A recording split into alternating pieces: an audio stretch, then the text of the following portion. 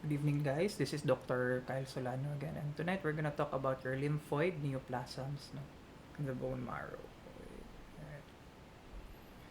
So, what are these lymphoid neoplasms? They're like leukemias, no? They're leukemias, but they tackle more on the lymphoid side of the cell lineage, not the myeloid side, which is your neutrophils, no? Neutrophils, your monocytes, your basophils, and eosinophils. This focuses more on your lymphoid, your B and T lymphocytes, along with some natural killer cells. This is a quite short lecture. So there are numerous lymphoid lymphocytic leukemias in the world. There are a lot being discovered every year, and there are a lot being treated every year. But the thing that you will find different from your lymphoid leukemias, no, is that they have this solid phase or this solid phase, or a part or a variant that affects the lymph nodes, making it solid, no. So remember, your leukemia affects the bone marrow, but if it is now called a lymphoma, it now affects your lymph nodes, no, your lymphoid organs in your mouth, no, yung GI tract and kato, no. So your mucosal associated lymphoid tissue. You also have your gut associated lymphoid tissue, which is your Peyer's patches. No, they can undergo a malignant transformation to become your lymphomas. No, so most of this lymphoid neoplasm arise from various stages of development. Always remember that, like your myeloid lineage, your lymphoid lineage also has different stages. No, your pre lymphocytes, the naive lymphocytes. No, so there is also a stage in development of your lymphocytes. No, and we also have different types of lymphocytes. We have your B cell and your plasma cells, no, which are of the same lineage. It just so happens that your plasma cells are now capable of producing antibodies, which will aid us in the detection of a neoplasm or a mass or a condition associated with your plasma cells, because there will be an increased production of these abnormal antibodies, no. So like your leukemias, it is more or less they are the same, no. We need to diagnose them. The first and the most important way to diagnose lymphoid neoplasm in the blood is genetic na testing. That's the best way because it's the most accurate. And apart from that, we can detect the specific abnormalities in the gene, which might aid us in the management, no? Because there are some conditions that are more, especially if it's a genetic targeted approach, there are some conditions that are more susceptible to some treatments if the genetics match it, no. So kato. So we have modern classification systems such as the WHO, no. And one thing to note about leukemias, lymphocytic leukemias, no, that we have this what we call our B symptoms. No? So what are B symptoms? They are non-specific symptoms that we can correlate to leukemias. No, we have unexplained weight loss, we have unexplained persistent recurrent fever. No, so another thing that we might another name that we might call that fever is what we call our Pell-Ebstain type of fever. And recurring drenching night sweats during the prior month. No, so what does this signify? So when there is weight loss, there are a lot of things going on, but the most common thing that I want to impart to you is that caquexin, your tumor necrosis factor alpha, TNF, is very high during inflammation and in malignant conditions such as your lymphomas. So this caquexin will eventually lead to cachexia or weight loss. So what will happen is there is an increase in your metabolic processes. not just solely on tumor necrosis factor alpha, but a lot of factors. So eventually, because your body is trying to defeat this malignancy, this lymphocytic na leukemia. It's trying to defeat it, and it needs a lot of energy to defeat the lymphoma. The problem is with your lymphoma, it is rapidly undergoing mitosis, no? Mitosis is a very um, energy dependent energy dependent process of the cell, no? Process of the cell. That's why kusog pud kay mo la ni og glucose ning nagamitosis ng mga leukemia cells, no? That's why mahurot jud tanan imuhang energy stores. So what will happen is you're eventually gonna lose weight, no? So unexplained persistent or recurrent fever, no? Like I said earlier, in the case of your leukemias, no, especially your lymphocytic, there is a spurious amount of your inflammatory cytokines. Inflammatory cytokines are your interleukin 6, interleukin 1, no? 6, 8, no? 168, interleukin 168, they are what we call your pyrogens. Tumor necrosis factor alpha, interferon gamma are of course examples, no? All of them are spuriously increased during lymphomas, no, or leukemias, lymphocytic leukemias rather. That's why you really have fever, no? So this recurrent drenching night sweats is also associated with your fever, no? Because once there will be a decrease in your pyrogens, your body will now realize that there is no need if there is a decrease in your pyrogens, no, especially because remember it's a cyclical event, meaning night times mo taas, napoy times mo baba, no, ang imuhang cytokines, your pyrogens. There are times that it will go up and times that it will go down. So this decrease in your pyrogens in your body, no, because your body has controlled the effects, no, of the pro-inflammatory factors that has been released from your leukemia cells and also your normal cells. What will happen is your body will try to cool down from the fever, no? And in this cooling down, the best way to cool down is to sweat, no? So remember, kanang paghilantan ka, tahay katong gidinggi ka, no? Or gidinggi ko, or gi-COVID ka, no? There will be times na, di ba, mahuwasan ka pag singto na ka. But sometimes we correlate the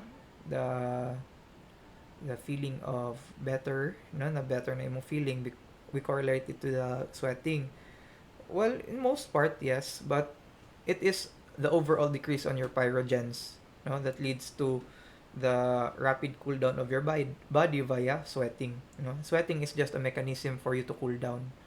So leukemias and lymphomas are related malignancies. No, they same the same cell of origin. It just so happens that leukemias affect the peripheral blood and the bone marrow, like I said earlier, and your lymphomas predominantly affect your lymph nodes. Spleen pud gani di ay affected. No, it also affects your mouth, no, your mucosal associated lymphoid tissue, your gullet, no. So if nakakaibuang na there's a kanang abnormal cell in your lymph node tissue, no. If there is an abnormal cell becomes crazy all of a sudden and decides to be a malignant cell, no, in your lymph nodes, so it's gonna mitosis, di ba? We talked about how malignancies occur, no? They just originate from one cell that decides that it doesn't care anymore. It will just mitosis, making multiple clones of itself, no? So if this malignant transformation happens in your lymph nodes, then the condition is a solid mass, no? And that is what we call your lymphoma. No. If it happens in your bone marrow, inside here, it becomes what we call our leukemia because these abnormal cells will eventually pass through the bone marrow and into the peripheral blood. That's our leukemia. No? So chronic lymphocytic leukemia is the most common leukemia in the Western world. No? In the Philippines, of course, it's different, but I have yet still to look at the census of the Philippines. No, So, it is characterized by an accumulation of mature appearing functionally. So, take note of this word. Mature appearing, it looks like a legit lymphocytes, but in reality, they are functionally incompetent. No? Always remember, B lymphocytes ni guys, dili siya. Kulangan ako L. So, always remember that malignant cells, no matter how mature they look, if they are of a malignant origin or they are created due to a malignant process, more often than not, they are incompetent in what they're doing. No? Because remember, maturity of a cell relies on its efficiency in its function. No? The more efficient the cell in doing its function, example, your red blood cells, the more efficient it is, no, in delivering oxygen to the peripheral tissues, we can more or less say it's more mature compared to your polychromatic red blood cells, your reticulocytes, no? So meaning, even though you have lots and lots of this mature-looking lymphocytes, for the most part, they don't do anything. They can't kill antigens, nor they can detect it, no? So, it's like, pabigat lang sila, nagdaghan-daghan lang sila, but they don't do anything. No, they're not carrying in their own weight, no? So remember, so they apparently express CD5. What is this CD, no? Remember that your cluster of differentiation has a lot of purposes, no? So the main purposes of the main purpose of cluster of differentiation in the context of our studying life, no, is to uh, is to identify the cell in question, no? So if we're gonna look at a cell, no, in peripheral blood, and then we notice that this guy's receptor is more of kanang CD5, no? Mas daghan siya CD5, no? So most probably, okay, I'll give you a new scenario. So a patient came in, and then iyahang blood count was very high, maybe hundreds, 100 iyang WBC, no? WBC of 100. And then in that 100, sa iyang peripheral blood, there was 90% lymphocytes, no? When you look at the blood smear, you're gonna see lots of lymphocytes, no? So, what if nag-unsa lang so how will you say, no, that this mature-looking lymphocytes, histologically, morphologically, these lymphocytes look fine, no? They look like normal, mature lymphocytes. But how can you say that they're abnormal? So that's why we're gonna need to go your flow cytometry. In your flow cytometry, we can detect this lymphocytes who aberrantly express this example, this CD5, no? So we can say, oh, most probably this patient has CLL, no? So kato. So clinical behavior and outcomes in CLL are largely related to the somatic mutational status. Simply means that the increase in mutation, no, increases in mutation will eventually lead to a worsening prognosis, no. So more mutations that favor the survival of the tumor cells, no, survival, then it will be more severe for the patient, no. So kato, of course, kung mas dugay mapatay ang tumor cell sa chemo, hindi mas dugay siya mapuyo sa lawas sa pasyente, luoy kayong pasyente, no?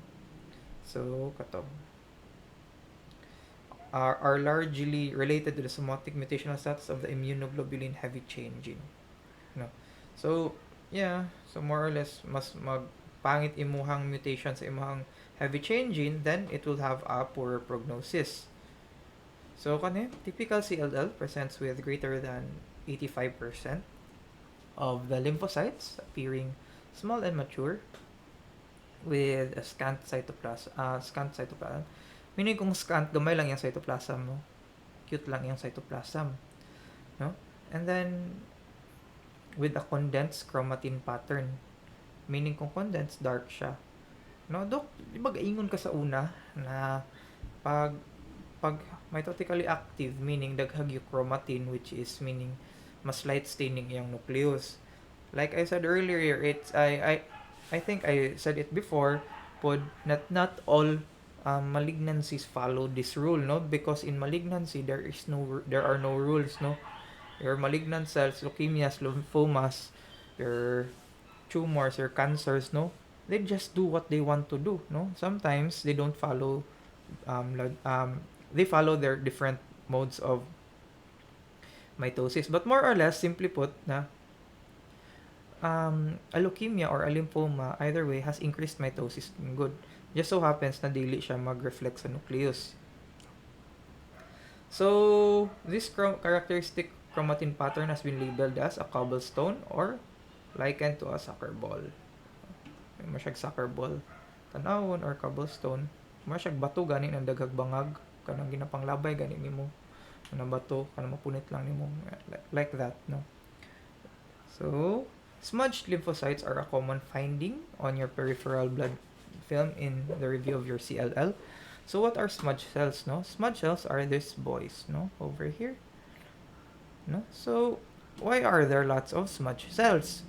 Remember that they are what you say, even though they look mature, they are functionally incompetent, and for the most part they're quite fragile, no. And then due to the fragility of the cells, like I said, sige lang sila divide, wala sila time mag-mature and reinforce their cell membrane, no, para mas makusgan sila.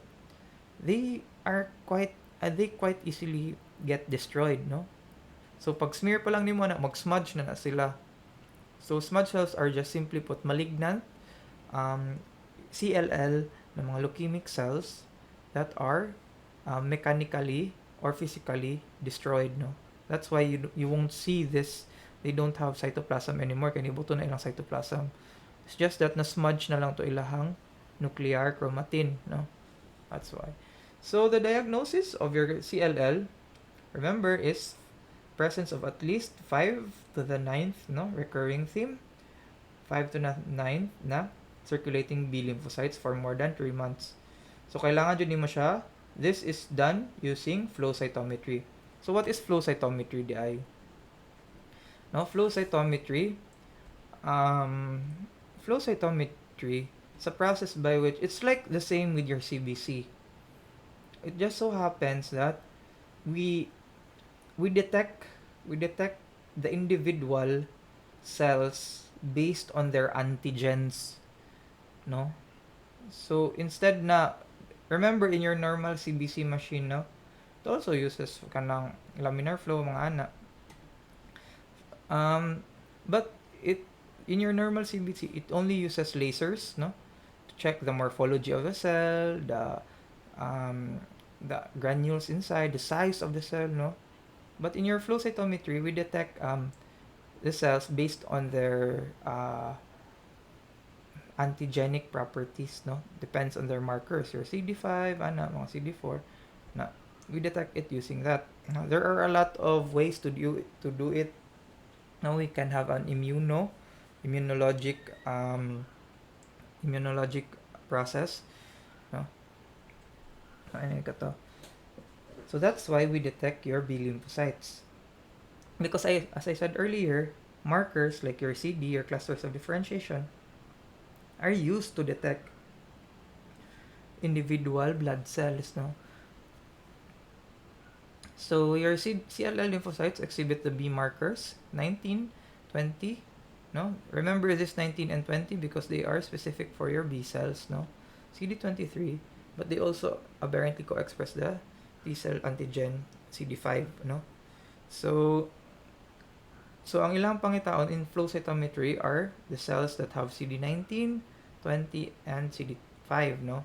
Well, actually, in flow cytometry, they just they try to isa-isa each cell population, and if there is an increase in one cell population with a specific marker, then the hematologist, no, or the hemopathologist will try to deduce what kind of condition there is. Example, makita kog cells na CD9, dagan kog cells na makita na CD19-20 o CD5 positive. And then when I look at the peripheral blood smear and the bone marrow aspirate, it looks like this. And then the criteria was in 5 by to the 9th na per 5 to the 9th ang iyahang lymphocyte values for the last 3 months, then most probably it's a CLL. No? So these are just risk factors kung how worse the CLL is. So it's just explained here. I'm not gonna take too long of a time explaining this because this is more of the clinical management rather than the diagnosis of your CLL. No, so we have another type. No, we have hairy cell leukemia. No, it's still B cell lineage. No, so the major focus is the spleen, blood, and bone marrow. It had its name hairy cell because look at this. No, so the problem with hairy cell leukemia is it's in the bone marrow. It because since leukemia man siya no sa bone marrow iyang main organ of kanang affectation. It's very hard because na fibrosis sa bone marrow. It's hard to collect the cells, no? But once we collect it, we're gonna see that it has a it has many projections in its cytoplasm, giving it a fuzzy or hairy look, no? So I think it's really hard to mistake this for anything else, no? So one of the things that are very important in detection and diagnosing hairy cell leukemia is the presence of tartrate-resistant acid phosphatase, no? TRAP. So, positive ni sila. So, lymphomas, no? So, like I said earlier, solid found in lymph nodes or lymphoid organs such as your spleen, your mouth, your gullet, no? So, we have your adult T-cell leukemia or lymphoma. So, we have this is most commonly caused by your HTLV1, no? Igagaw ni siya sa imong HIV. No, it's also a retrovirus and it is most commonly found in Africa gihapon, no? So, the prototypical ATL, adult T-cell leukemia or leukemia or lymphoma cells have this somewhat coarse chromatin, and then they have this multiple lobules, giving it a flower-like appearance. No, that's what we call. Sometimes it's called the flower cell. No, so we also have adult T-cell lymphomas na sometimes they infect the skin. No, there is extranodal involvement, including the skin. No, so adult T-cell lymphoma and Sézary cells. No, what we have is Sézary cells. These Sézary cells are your lymphoma leukemia cells that affect the skin. No, we also have what we call your Sézary syndrome. No, it's also a lymphocytic lymphoid neoplasm that mostly affects the skin. But your adult T-cell lymphoma can also affect the skin. So more or less, there's an overlap. We just need to find out if na by HTLV history of HTLV. No. So we also have another one, your Burkitt lymphoma and your leukemia.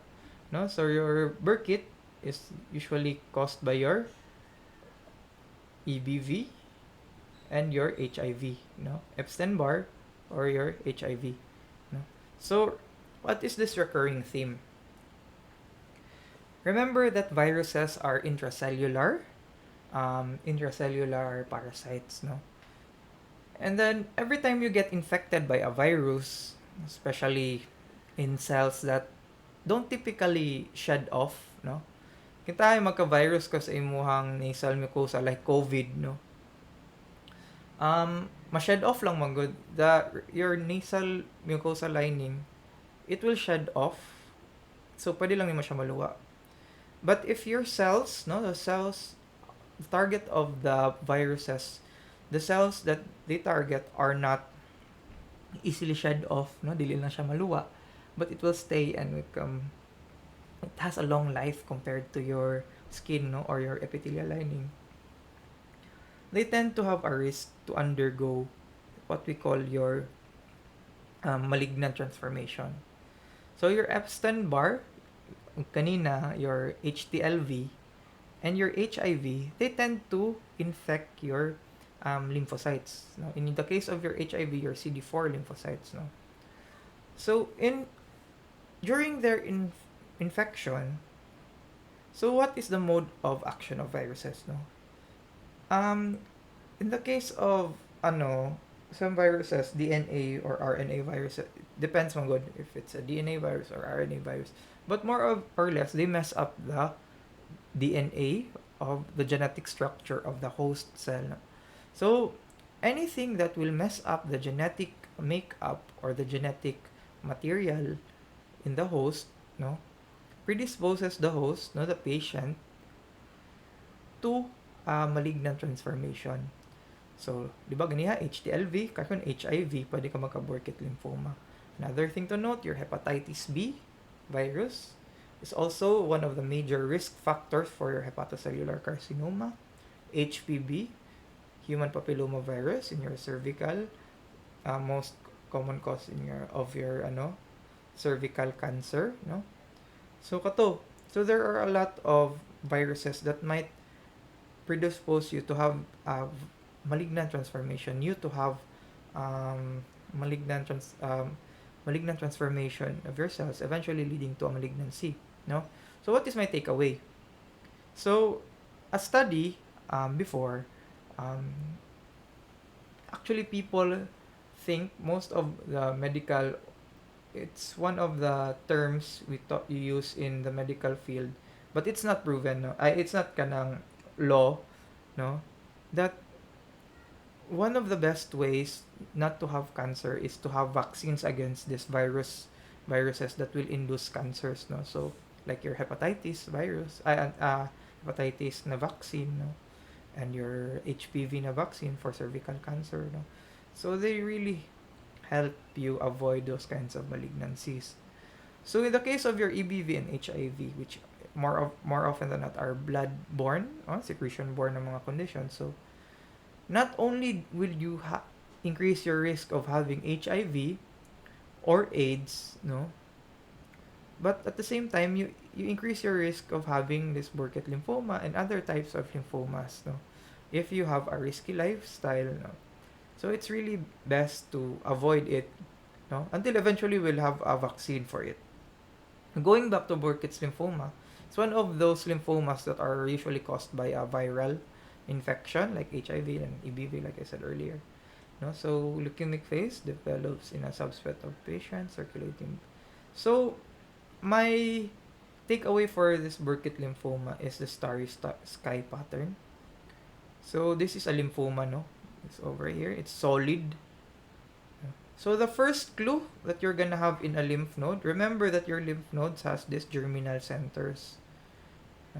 These germinal centers is where your lymphocytes mature. If it underwent a malignant transformation and it became a lymphoma, then one of the clues you're gonna see is there is no more germinal centers because there is no more maturation of your lymphocytes. No, it just became a solid sheet of the uniform cell.